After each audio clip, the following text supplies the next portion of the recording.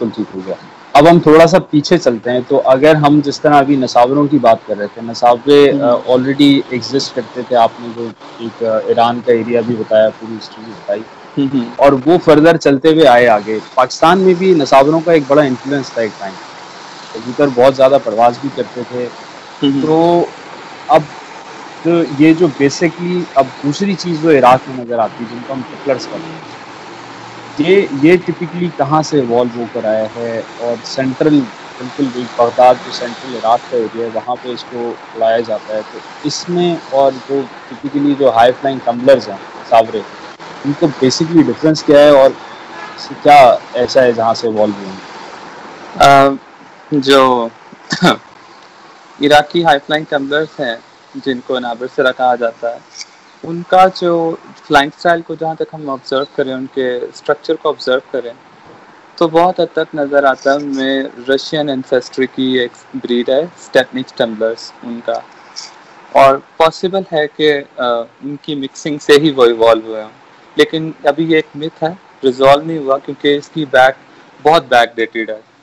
اتنی back dated ہے کہ یہاں پہ انڈو پاک کی مسلم ہسٹری تو اتنی بیک ڈیٹڈ نہیں ہے. تو ظاہر بات ہے اتنے پیچھے کا ڈاٹا اویلیبل نہیں ہے. جہاں تک ہم اسے کو ریلیٹ کر سکتے ہیں تو رشین اینسیسٹری سے کر سکتے ہیں, کیونکہ وہاں پر اسٹائل فلائنگ کا جو فیشن ہے وہ دنیا میں سب سے زیادہ ہے. آپ دیکھ سکتے ہیں اور ہائی فلائرز جس طریقے سے اڑتے ہیں, دنیا میں دوسرے کسی علاقے میں اس طرح سے اڑنے والی بریڈز نہیں پائی جاتی. اور عراقی لوگ ان کے اس شو کو بہت زیادہ ابلائج بھی کرتے ہیں, اور انہوں نے اسے امپورٹ کر کے وہاں پہ اپنے عراق میں بھی نکلائے وسکی اور ہائی فلائرز کو اڑانا شروع کیا. تو ان سے ریلیٹ کرتا ہے بجائے اس کے کہ ہم اس کو ایران سے منسوخ کریں, کیونکہ ایران میں اس طریقے سے اڑنے والی کوئی بریڈ ہی نہیں ہے فرسٹ آف آل. اور ایران میں زیادہ تر ورکنگ ویسے بھی کلرز پر ہوتی رہی ہے, فلائنگ سٹائلز کے اوپر اتنا فوکس نہیں رہا. اب رہی بات اس کی کہ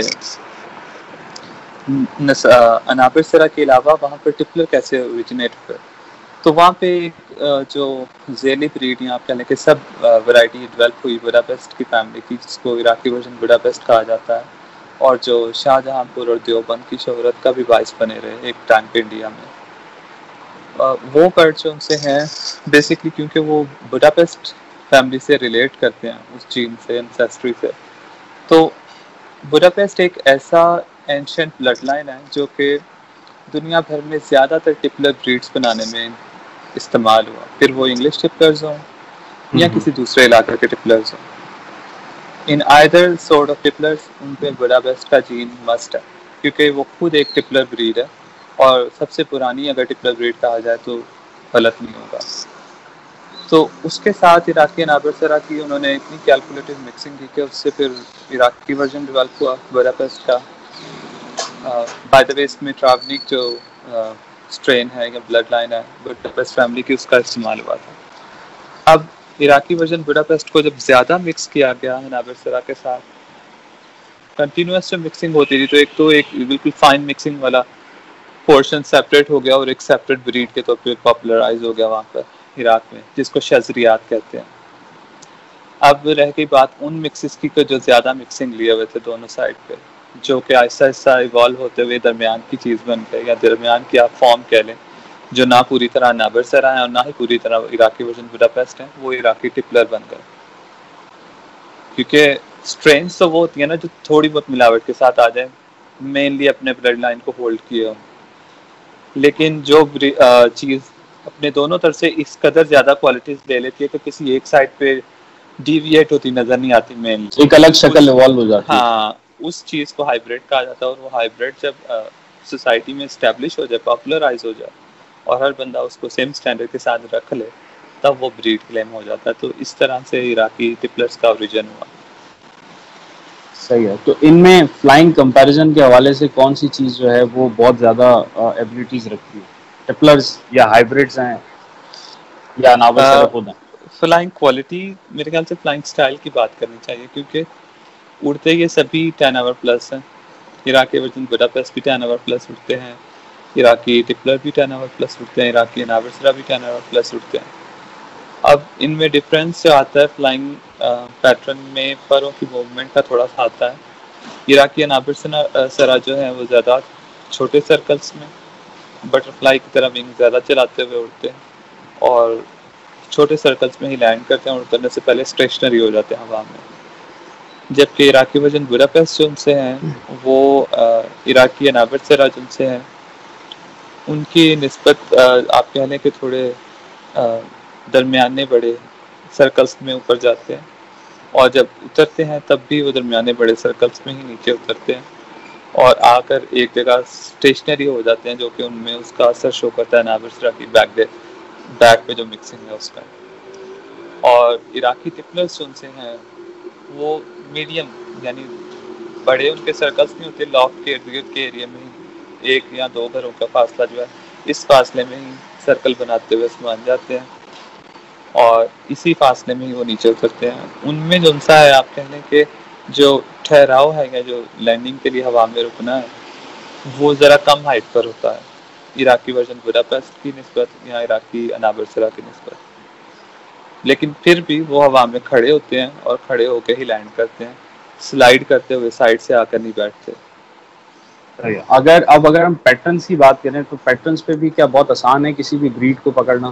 جیسے بھی ہم ٹپیکلی پیور کی بات کر رہے ہیں تو اگر کوئی, اب جیسے پاکستان میں ایسا ہوتا ہے کہ اکثر کوئی نام تو ہم اس وجہ سے نہیں دے سکتے کیونکہ آپ کو 6 طرح کی چیزیں اس میں مل جاتی ہیں. اب کچھ لوگوں کے پاس ٹیڈی, جس طرح للیانی والوں کے جو ٹیڈی ادھر کراچی میں نے دیکھے ہیں, اس میں کچھ کبوتر ایسے ہیں جو بالکل ہی سلو چھوٹے گھیروں کے اندر پرواز کرتے ہیں, لیکن جب اتار کر رہے ہوتے ہیں تو اتار کے وقت اکثر وہ اسٹیشنری اسٹریٹ پوزیشن پہ نہیں آتے, جبکہ کبھی ایسا ہوتا ہے کہ وہ سائڈ لیتے ہوئے آ کے بیٹھتے ہیں.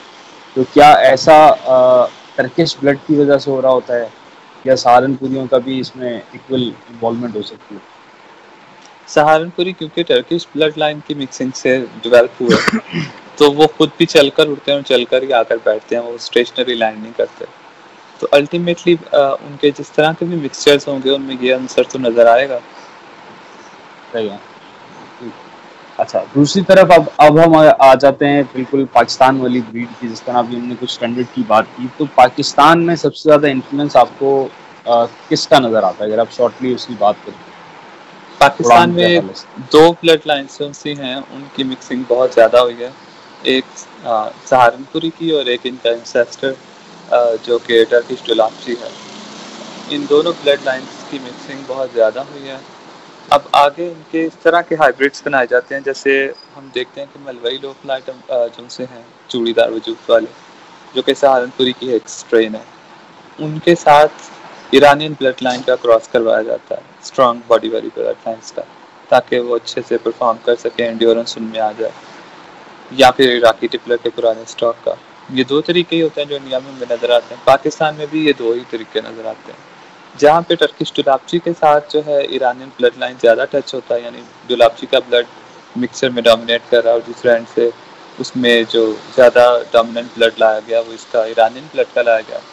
تو وہاں پر یہ جس طرح کے آپ برڈس دیکھتے ہیں بلغارین پزارچک, جو کہ ایرانین اور ٹرکش بلڈ کے مکسچر, اس طرح کے وجود کے برڈ نظر آتے ہیں, جن کو یہاں پہ اکثر لوگ قصوری کی دکانداری کے لیے استعمال کرتے ہیں. اور وہ bird definitely Iranian strong bloodline کی مکسنگ کی وجہ سے پرفارم بھی کرتے ہیں, ایسا نہیں کہ پرفارم نہیں کرتے, لیکن جہاں پر انہیں سہارنپوری کے سلم ٹرم وجود کی طرف لے جایا جاتا ہے فینسی بیوٹی مزید انہینس کرنے کے لیے, وہاں پہ وہ فینسی بنتے جاتے ہیں, ان کے ریزلٹس ڈاؤن ہوتے جاتے ہیں. پھر اس کے میڈیسن کی ضرورت زیادہ, اس پہ ریلائی کرنا شروع ہوتا ہے اس کے میڈیسن کے اوپر. اور یہی چیز آئی تھنک ایک انٹرویو میں حبیب مغل صاحب نے بھی کہی تھی.